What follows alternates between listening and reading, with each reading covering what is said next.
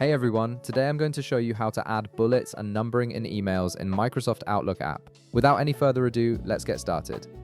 First, you'll want to open your Microsoft Outlook app and log into your account. Once you're logged in, give it a moment to load all your emails and fully sync your inbox. This ensures everything is ready before you start composing your new message. Now, to begin adding bullets and numbering to your emails, you'll need to access the email composition tools. Look at the top left part of your screen and click on the New Email button. This will open up a fresh email composition window where you can start drafting your message and applying formatting options. Once the email composition screen opens, direct your attention to the top part of your screen where all your tools and menus are located.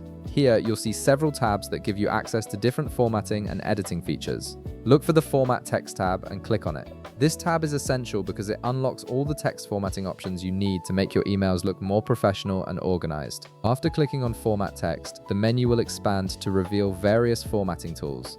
From here, locate the paragraph section. This is where the bullet points and numbering options are housed. You'll see icons representing bulleted lists and numbered lists, making it easy to identify which one you need. Simply click on the bullet point icon if you want to create a bulleted list, or click on the numbering icon if you prefer a numbered list. As soon as you click on either option, it will automatically start adding bullet points or continuous numbering to your email content. This feature is incredibly useful for organizing information, creating to-do lists, or breaking down complex ideas into clear, digestible points. And that's it. You've successfully learned how to add bullets and numbering to your emails in the Microsoft Outlook app, making your messages clearer and more structured. If this video helped you out, be sure to leave a like, subscribe, and I'll see you in the next one.